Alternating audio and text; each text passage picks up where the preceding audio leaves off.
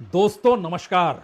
लोकतंत्र या लोकतंत्र का मतलब ही चुनाव और चुनाव का मतलब ही लोकतंत्र। क्योंकि लोकतंत्र की ताकत तो उस चुनाव में बसती है जिस चुनाव में लोग अपने नुमाइंदे को चुनकर लोकतंत्र के मंदिर पार्लियामेंट में भेजते हैं या फिर राज्यों में विधानसभा में भेजते हैं, जहां से इस देश के कानून बनते चले जाते हैं और फिर यह महसूस होता है इस देश में लोकतंत्र जिंदा है। चुनाव सही तरीके से हुए और शायद इसीलिए राजनीतिक चेहरा या तो खलनायक होता है या नायक होता है, या फिर उस चेहरे को नायक या खलनायक बताने की कोशिश लगातार होती है। दिल्ली के चुनाव में ही परख लीजिए, एक चेहरा उभर कर सामने आ चुका है, अरविंद केजरीवाल का चेहरा। किसी के लिए वो नायक हैं, कोई उसे खलनायक करार देने से चूक नहीं रहा है। और इस नायक खलनायक के चेहरे के आसरे अगर उनके अपने राजनीतिक सफर को आप परखिएगा तो हो सकता है मौजूदा वक्त में आपके भीतर यह भी सवाल उठकर खड़ा हो जाए, क्या वाकई यही सफर है?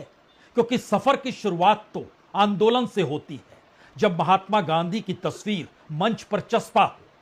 उसके बाद भगत सिंह की तस्वीर उभरकर सामने आती है, जो एक क्रांतिकारी बदलाव की दिशा में आह्वान करती है। और फिर उसके बाद बाबा साहब अंबेडकर की तस्वीर सरकारी दफ्तरों में चस्पा इस तर्ज पर की जाती है जहां पर यह वोट बैंक के तर्ज पर देखा जाए। और बात निकलते निकलते 2025 के चुनाव में सनातन सेवा समिति तक आ जाती है, जहां पर इस देश के तमाम मंदिरों के पुजारी हों, ग्रंथी हों, धर्माचार्य हों, सभी के लिए एक रास्ता आम आदमी पार्टी खोल देती है। और यह चुनाव धीरे धीरे अरविंद केजरीवाल के इर्द गिर्द सिमटने लगता है।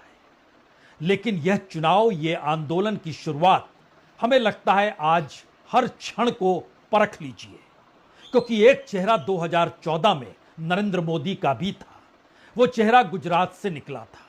उस चेहरे के पीछे उस दौर में गुजरात के दंगों का जिक्र था, वाइब्रेंट गुजरात का जिक्र था, इस बात का जिक्र था कि आरएसएस उनके पीछे क्यों खड़ी है। और इन्हीं परिस्थितियों के आसरे 2014 में जब वो चुनाव जीत रहे थे या उस दिशा में बढ़ रहे थे, तो फिर करप्शन सबसे बड़ा मुद्दा था। अरविंद केजरीवाल का भी मुद्दा करप्शन से ही जुड़ा था। सत्ता में कांग्रेस थी और करप्शन का मुद्दा कहां से निकल कर आया? उस वक्त के सीएजी विनोद राय को आप याद कीजिए और फिर सोचिए कि अगर विनोद राय ने उस दौर में 2G स्पेक्ट्रम का जो पूरा स्कैम था, अगर उसको ना उभारा होता, अगर कोयला गेट, कोल स्कैम जो था, अगर उसका जिक्र ना किया होता, क्योंकि इन दोनों को लेकर उन्होंने इस देश में राजस्व का घाटा तकरीबन 1,70,000 करोड़ और दूसरे में 1,76,000 करोड़ का जिक्र किया था। और बाद में उन्होंने सार्वजनिक तौर पर कहा कि दरअसल वो पूरा एक परसेप्शन था, यानी जो कहा गया इतने राजस्व का घाटा होगा वो गलत था।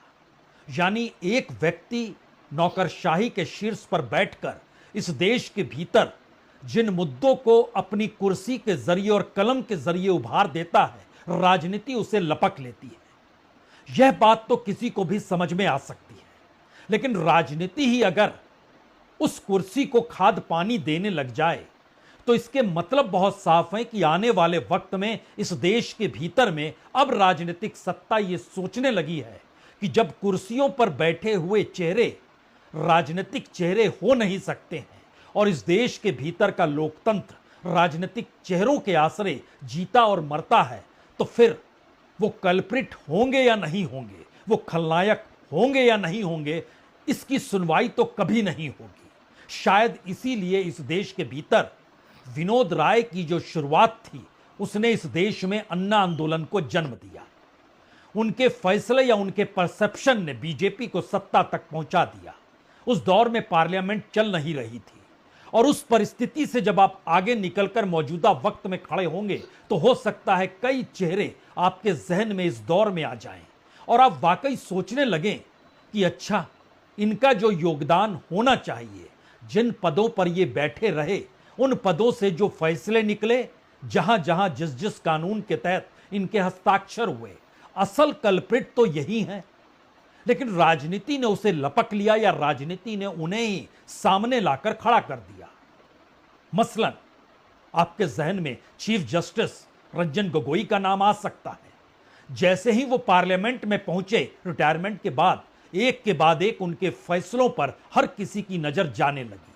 हर कोई ये सोचने लगा क्या वाकई उनके द्वारा दिए गए फैसले राजनीतिक सत्ता के अनुकूल थे, क्योंकि उस दौर में उनके खिलाफ जो सेक्स स्कैंडल का मामला था, क्या उसको सत्ता बार्गेनिंग की ताकत मानकर काम कर रही थी, और उस दौर में जो फैसले थे वो सत्तानुकूल थे। लेकिन सुप्रीम कोर्ट की एक साख है, साख ही नहीं है, सही मायने में इस देश के भीतर न्याय का एक आखिरी दरवाजा है। और चीफ जस्टिस ऑफ इंडिया, कोई सोच नहीं सकता था इससे पहले कि इस देश में जो फैसले हो रहे हैं वो फैसले चीफ जस्टिस ऑफ इंडिया की तरफ से निकलकर सत्ता के अनुकूल हो जाए। कोई नहीं सोच सकता था। या फिर आपके जहन में हाल में रिटायर हुए चीफ जस्टिस डीवाई चंद्रचूड़ भी याद आ सकते हैं। उनके द्वारा दिए गए फैसले आप सोच सकते हैं क्या वाकई वो सत्ता के अनुकूल इस तर्ज पर थे, जहां पर कोई रास्ता न्याय के लिए निकले ही नहीं। हमने शुरुआत में दिल्ली चुनाव का जिक्र किया। एक क्षण के लिए सोचिए, चंद्रचूड़ की अदालत में ही दिल्ली के मुख्यमंत्री को कितनी ताकत मिलनी चाहिए, और जनता ने उन्हें चुना है तो फिर सब कुछ तो उन्हीं के पास होना चाहिए। तो फिर एलजी के पास सारी ताकत क्यों है?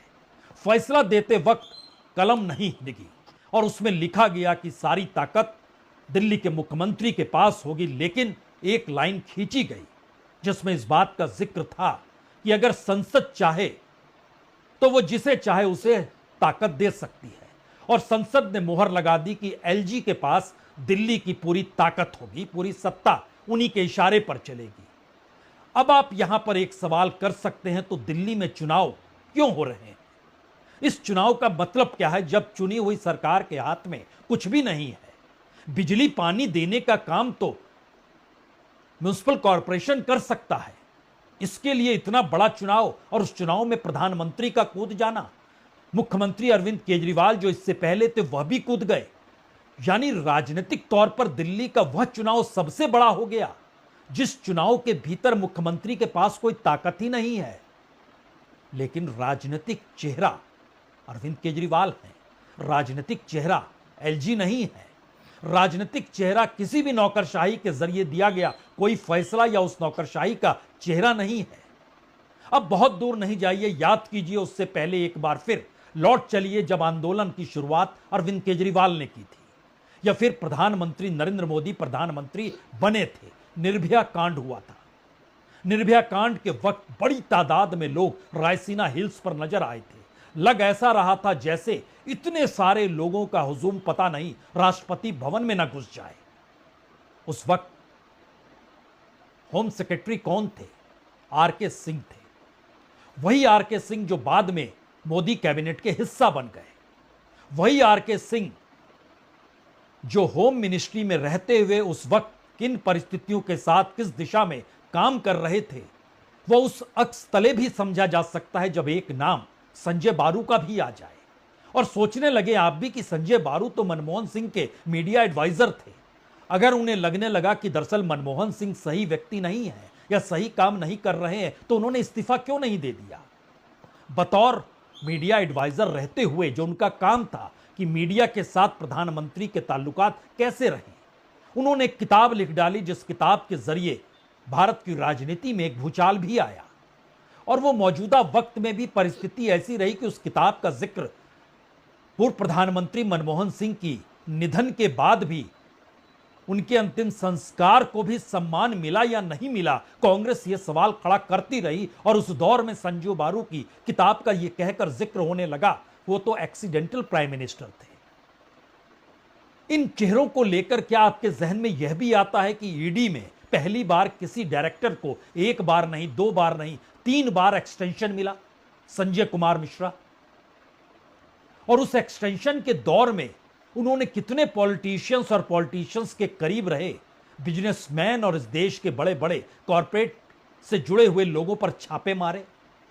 और वो छापे मारते चले गए। एक नई तरीके की फिलॉसफी इस देश के भीतर जांच एजेंसियों को लेकर बनती चली गई। यह अलग मसला है कि जो भी छापे मारे गए उसमें आप किसी को सजा पाते हुए नहीं देख पाएंगे, कोई कन्विक्शन रेट आपके हाथ में नहीं आएगा और आप सोचने लग जाएंगे तो छापे मारे क्यों जा रहे थे, इस देश की राजनीति को सहलाने के लिए। संजय कुमार मिश्रा भारत की राजनीति में लोकतंत्र के आश्रय चुनावी चेहरा नहीं है, लेकिन कल्प्रिट इस देश के भीतर कौन होगा?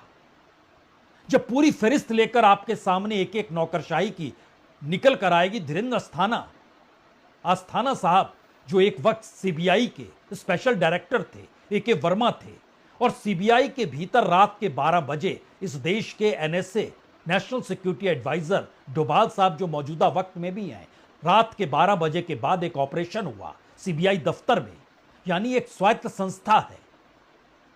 और आस्थाना जी के खिलाफ वर्मा साहब जो सीबीआई डायरेक्टर थे, उन्होंने बड़े ही गंभीर आरोप करप्शन के लगाए थे, लेकिन बात अटक गई क्योंकि पीएमओ की सोच कुछ और थी और पीएमओ आस्थाना के साथ खड़े थे। इस परिस्थिति के भीतर आप किसे कल्प्रिट मानेंगे? और ये कल्प्रिट की परिस्थितियां अगर सिमटते सिमटते आपसे यह कहा जाए कि इस देश में मौजूदा वक्त में chief election commissioner Rajiv Kumar, यानी वोटिंग प्रोसेस को लेकर इस देश की तमाम पॉलिटिकल पार्टीज को आपत्ति है, लेकिन राजीव कुमार जी के पास कई मायनों में कई शायरी है और वो शायराना अंदाज में इस देश के लोकतंत्र को धता बताते हुए उसी लोकतंत्र को स्थापित करते हैं जो सत्तानुकूल हो। कल्प्रिट कौन है? राजनीतिक चेहरों के आश्रय चुनाव तो लड़े जाते हैं, लेकिन क्या इन राजनीतिक चेहरों के आश्रय आप इस देश के लोकतंत्र के उन पिलर को संभाले हुए लोगों को कल्प्रिट मानेंगे या नहीं मानेंगे? या उनके आश्रय कल तक काम हो जाता था, आज उन्हीं के आश्रय पूरी राजनीति को चलाने की कोशिश हो रही है और भारत के भीतर एक व्यापक तरीके से सिविलाइजेशन चेंज आ गया है? क्योंकि भारत की अपनी सांस्कृतिक जड़ों को जब आप देखेंगे, राजनीतिक परिस्थितियों को देखेंगे, तो यहां रिलीजन या भाषा, धर्म या भाषा के आधार पर कभी आपको विभाजन दिखाई नहीं दिया होगा, लेकिन पहली बार वो सारी परिस्थिति सामने खड़ी है।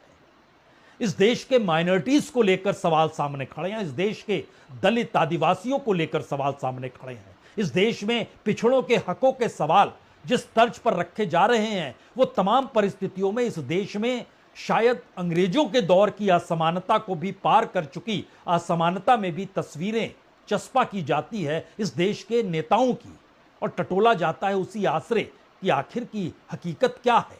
उसके पीछे बैठे हुए चाहे इस देश के भीतर आरबीआई के गवर्नर ही क्यों ना हो, इस देश में फाइनेंस सेक्रेटरी ही क्यों ना हो, कैबिनेट सेक्रेटरी क्यों ना हो, होम सेक्रेटरी क्यों ना हो, यानी इस देश के भीतर में जिन्हें जो काम करना है उस काम से हटकर अगर राजनीतिक तौर पर चेहरे ही राजनीति के केंद्र में होंगे, तो फिर आप कल्पना नहीं कर सकते हैं जिस चेहरे ने 2013 में सत्ता में आने से पहले दिल्ली में आंदोलन के वक्त जिस भाषा का इस्तेमाल किया, वो भाषा 2025 में क्या कह रही है, एक बार आप सुन लीजिए, क्योंकि ये आज ही कहा गया। देखिए, जो कुछ भी करता है ऊपर वाला करता है, ये तो मैं दिल से मानता हूँ। ऊपर वाला ये तय करता है कि किस काम के लिए उसे किसे चुनना है, हम तो केवल निमित्त मात्र हैं। अब आप सोचिए, अरविंद केजरीवाल ऊपर वाले के भरोसे पर हैं। 2011 में जब आंदोलन की शुरुआत हुई थी, उस दौर में विनोद राय अगर सीएजी ना होते या उनके जरिए जो परसेप्शन डेवलप किया गया इस देश में करप्शन को लेकर, और उसके साथ जो जन लोकपाल का आंदोलन शुरू हुआ, और उसके दौर में ही जब प्रधानमंत्री नरेंद्र मोदी बतौर प्रधानमंत्री के उम्मीदवार 0-0-0-0 भ्रष्टाचार के लगाते हुए 10 जनपद तक पहुंच गए और दामाद का जिक्र करने लग गए, तो यह सवाल हर किसी के जहन में जरूर रहा होगा कि जब ये सत्ता में आएंगे तो इस देश से भ्रष्टाचार समाप्त हो जाएगा। लेकिन जन लोकपाल कोई चीज भी बची है क्या आज? वह तो इस देश के चीफ जस्टिस और उसके बाद वहां से परिस्थितियां करप्शन की ही गायब हो गई। इस देश के भीतर में ब्लैक मनी और बाकी परिस्थितियां कैसे गायब हो गई? क्योंकि 2014 में जिक्र डेवलपमेंट का था, जो 2024 आते आते अयोध्या में राम मंदिर और इस देश की सांस्कृतिक जड़ों को टटोलने में लग गया। एक ऐसी परिस्थिति जिसमें यह कहा जा सकता है कि पॉलिटिशियंस के जो चेहरे होते हैं, क्या वो देश को गढ़ भी सकते हैं? एक चेहरा आपने देख लिया जो ऊपर वालों के भरोसे। क्या आप कह सकते हैं कि पार्लियामेंट के भीतर जो तमाम सांसद भाषणों में जिक्र करते हैं, उनमें से कोई चेहरा आपको वाकई नजर आता है जो इस देश को गढ़ सके? क्या ममता बनर्जी देश को गढ़ सकती हैं? शरद पवार गढ़ सकते हैं? उद्धव ठाकरे गढ़ सकते हैं? अखिलेश यादव गढ़ सकते हैं? तेजस्वी यादव गढ़ सकते हैं? वो तो खैर मनाइए कि राहुल गांधी ने देश की भारत जोड़ो यात्रा कर ली, जिसका असर चुनाव पर पड़ गया और लोकसभा चुनाव में 400 पार के आंकड़े को बीजेपी कर नहीं पाई जो पार करने की सोच रही थी। वो एक असर नजर आया इस देश के भीतर, क्योंकि एक जागृति पैदा हुई।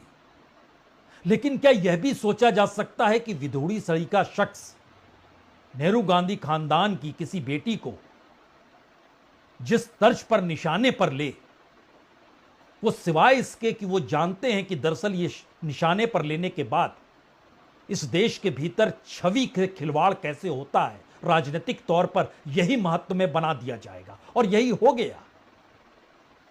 यानी जिस राजनीति के आश्रय इस देश के भीतर जड़ों पर ही तेजाब डालने की कोशिश की जा रही है, उसमें एक सवाल कोई भी कर सकता है, क्या धीरे धीरे इस देश के भीतर ऐसे ही लोग बचेंगे जो इन पदों पर शामिल होंगे, और उसके बाद जो देश की असल ब्यूटी थी, जो धर्मनिरपेक्षता का भाव था, सभी भाषाओं को समान थी, सबको एक साथ लेकर चलने की परंपराएं थी, वो सारी चीजें क्या धीरे धीरे खारिज हो जाएंगी?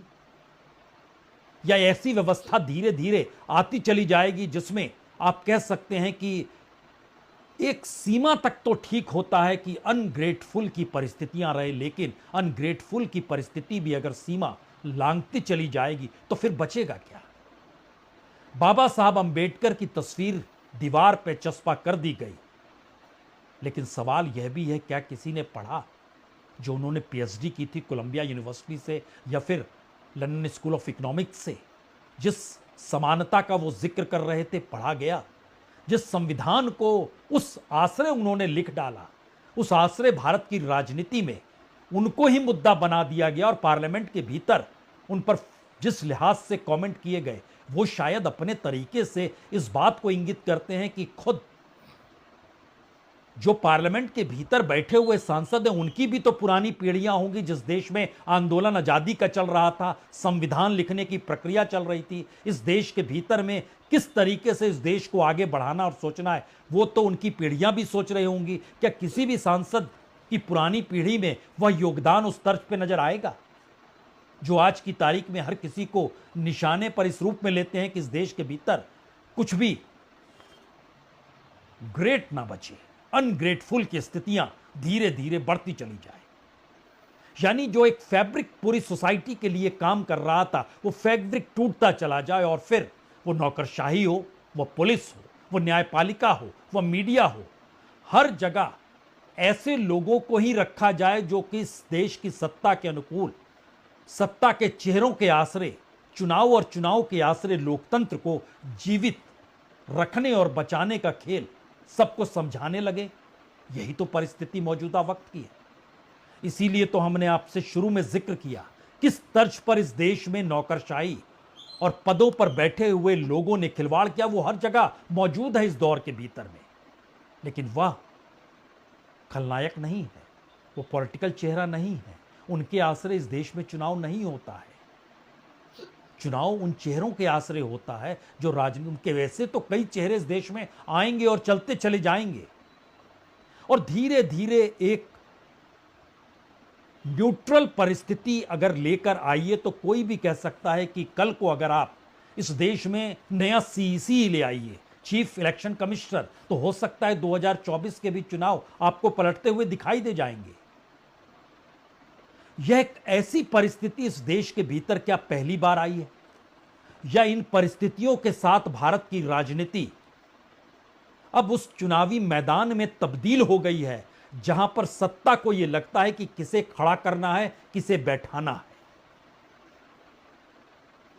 क्योंकि दिल्ली के चुनाव का जिक्र हमने शुरुआत में किया, अगर दिल्ली के चुनाव का जिक्र अगर आप आज करें तो आप कह सकते हैं कि वाकई बीजेपी की राह अरविंद केजरीवाल ने पकड़ ली और वो सनातनी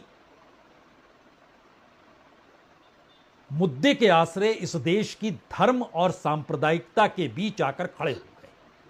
जो भगत सिंह का जिक्र कर रहे थे, जो महात्मा गांधी का जिक्र कर रहे थे, इतना बड़ा ट्रांसफॉर्मेशन उसमें आ गया। जी नहीं, ये केजरीवाल का ट्रांसफॉर्मेशन नहीं है, इस देश के भीतर के भी जो सिविलाइजेशन चेंज हो रहा है, जो यहां पर जो चेंजेस देश के भीतर लाने के प्रयास हो रहे हैं, उसी में ये परिवर्तन आया है।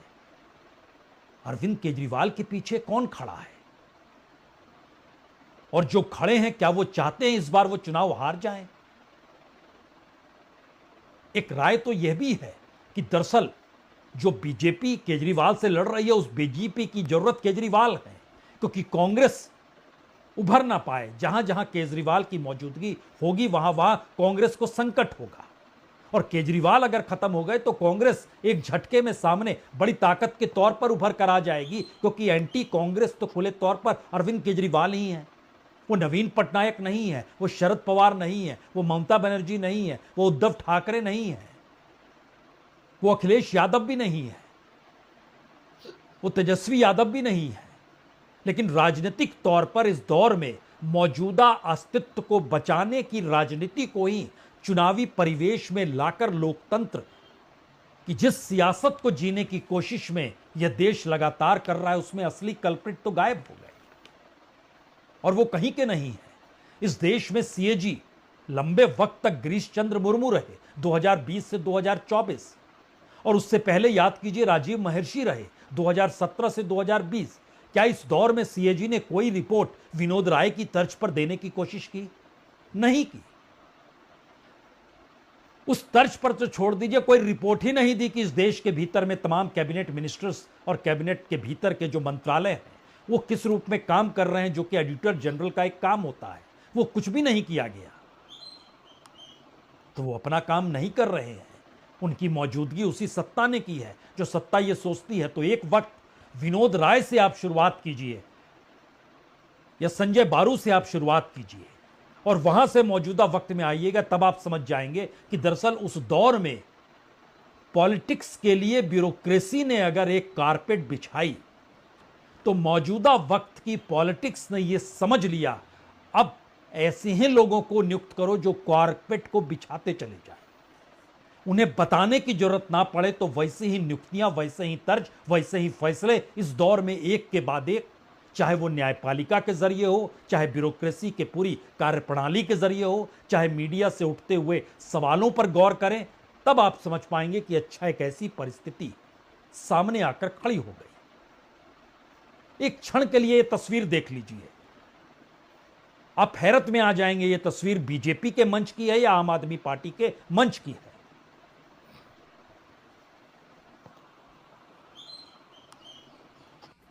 वास्तविक विचारणीय, सोचनीय और प्रशंसनीय कार्य आपने जो किया